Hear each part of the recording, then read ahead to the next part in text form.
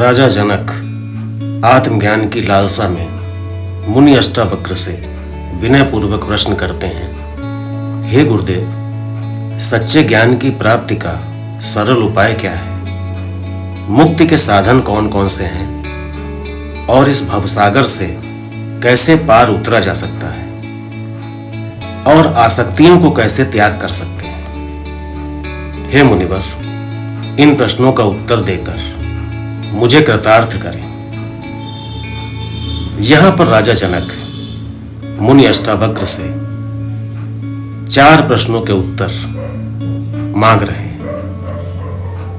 मानव जीवन बड़े ही पुण्य प्रभावों से प्राप्त होता है। देवता भी मानव जीवन पाने की आकांक्षा रखते हैं, क्योंकि इसी योनि में मोक्ष पाने का अवसर मिलता है। बुद्धि, विवेक और ध्यान से मनुष्य आत्मा के रहस्य को जानकर इस संसार चक्र से मुक्त हो जाता है। जनक जिज्ञासु थे, विवेकपूर्ण थे, एक अच्छे साधक थे और सच्चे ज्ञान की प्राप्ति के लिए विद्वानों की संगति करते थे, किंतु सच्चे गुरु के अभाव में उनकी ज्ञान की तृप्ति अभी तक नहीं हो पाई थी। वेद और धर्मशास्त्रों के ज्ञान से क्षणिक शांति तो प्रतीत होती थी, लेकिन पूर्ण संतुष्टि नहीं, क्योंकि जब तक सच्चा गुरु नहीं होगा तब तक शिष्य लाभान्वित नहीं होगा। गुरु पर शिष्य का असीम विश्वास हो तो कम शब्दों में ही सब सार समझ में आ जाता है, क्योंकि तत्व ज्ञान सहज प्राप्त नहीं होता। लेकिन अष्टावक्र जैसे आत्मज्ञानी के लिए यह कठिन नहीं है। प्रथम प्रश्न से ही राजा जनक ने गुरु को अपने प्रति उदार बना लिया।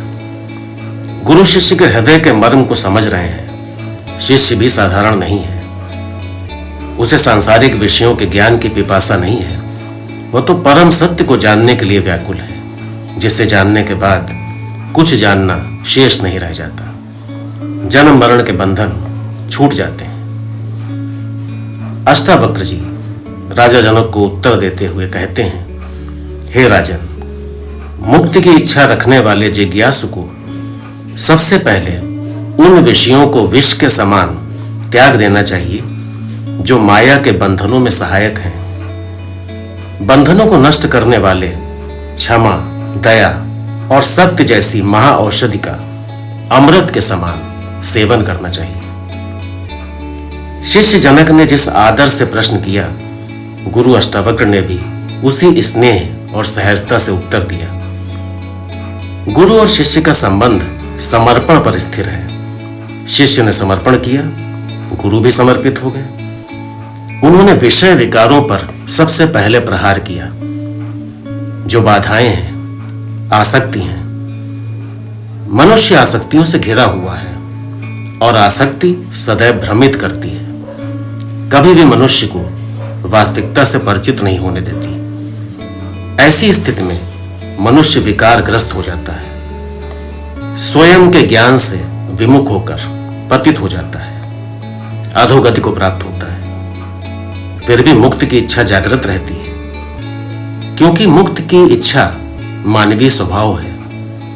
परंतु क्या मुक्ति इतनी सहज है? आदिकाल से योगी तपस्वी मुक्ति के मार्गों पर शोध करते चले आए हैं। यह बहुत ही गूढ़ विषय है, इसीलिए तो इसकी मीमांसा लगातार होती रही है। अष्टावक्र जी ने सहज भाव से कह दिया कि विषय आसक्तियों का शमन करके उदार चित्त, दयावान, सत्यभाषी बनो, मुक्ति निश्चित प्राप्त होगी। क्योंकि इन गुणों का अपना विशिष्ट महत्व है। ये मानव चरित्र को दृढ़ करते हैं। लेकिन अगर मनुष्य विषय आसक्त होगा तो वो माया के अधीन होगा, किंतु इन गुणों से परिपूर्ण मनुष्य सांसारिक सुखों से उदासीन हो जाता है। वो आत्मा के अनुराग में डूबा रहता है। लौकिक भौतिकता उसके लिए कोई महत्व नहीं रखती। उसे परमार्थ में ही आनंद का अनुभव होता है। यही तो मुक्त होना है, सब में होकर भी किसी में नहीं। अष्टावक्र मुक्ति को इसी परिप्रेक्ष्य में प्रस्तुत करते हैं। यही तो मुक्त होना है। क्षमाशील बनो, जिससे अन्य प्रेरित हो। सत्यभाषी बनो, इन गुणों से परमार्थ चिंतन की प्रवृत्ति प्रबल हो जाती है और मनुष्य की श्रेष्ठता स्थापित हो जाती है। अष्टावक्र जी आगे कहते हैं कि चित्त से जब विकारों का त्याग हो जाता है तो सद्गुणों का विकास करने से मुक्ति सहज ही प्राप्त हो जाती है। मनुष्य पंचभूत नहीं है, वह न पृथ्वी है, न आकाश, न वायु, न अग्नि और न ही जल। वो तो आत्मा का चैतन्य स्वरूप है। पंचभूत तो केवल साक्षी हैं। मुक्ति की इच्छा रखने वाले को आत्मा को जानना चाहिए।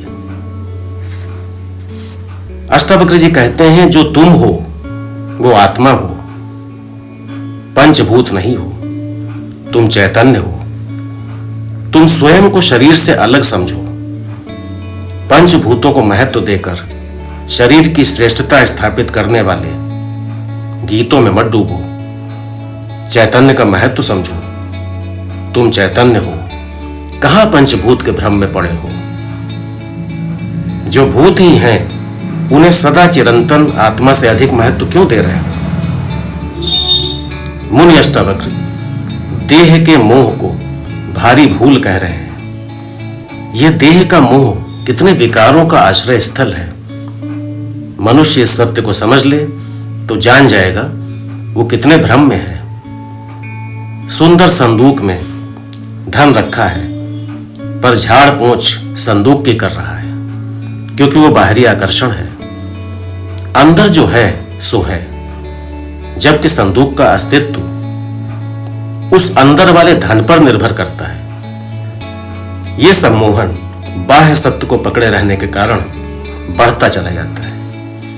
आंतरिक सत्य का भाव होने पर सभी अंधकार दूर हो जाते हैं। अष्टावक्र जी स्पष्ट कहते हैं, जो मुक्ति का आकांक्षी है उसे अपने आंतरिक चैतन्य को जानकर बाहरी आवरणों से अलग होना पड़ता है, क्योंकि शरीर तो नाशवान है। यह तो आकार आकृति का ढांचा है, कभी भी नष्ट हो सकता है।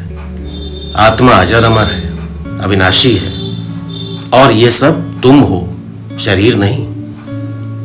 जब यह सत्य मन में बैठ जाए कि पंचभूतों से निर्मित शरीर कुछ भी नहीं है, केवल आत्मा का साक्षी रूप है, तो देह के प्रति मोह समाप्त हो जाता है और मनुष्य मुक्त हो जाता है। अष्टावक्र जी कहते हैं, यदि मनुष्य स्वयं को देह से अलग समझकर अपने चित्त को विश्राम देगा तो तत्काल सभी बंधनों से मुक्त होकर सुख, शांति और आनंद का अनुभव करेगा। शेष प्रश्नों के उत्तर अगले वीडियो में प्रस्तुत किए जाएंगे। धन्यवाद।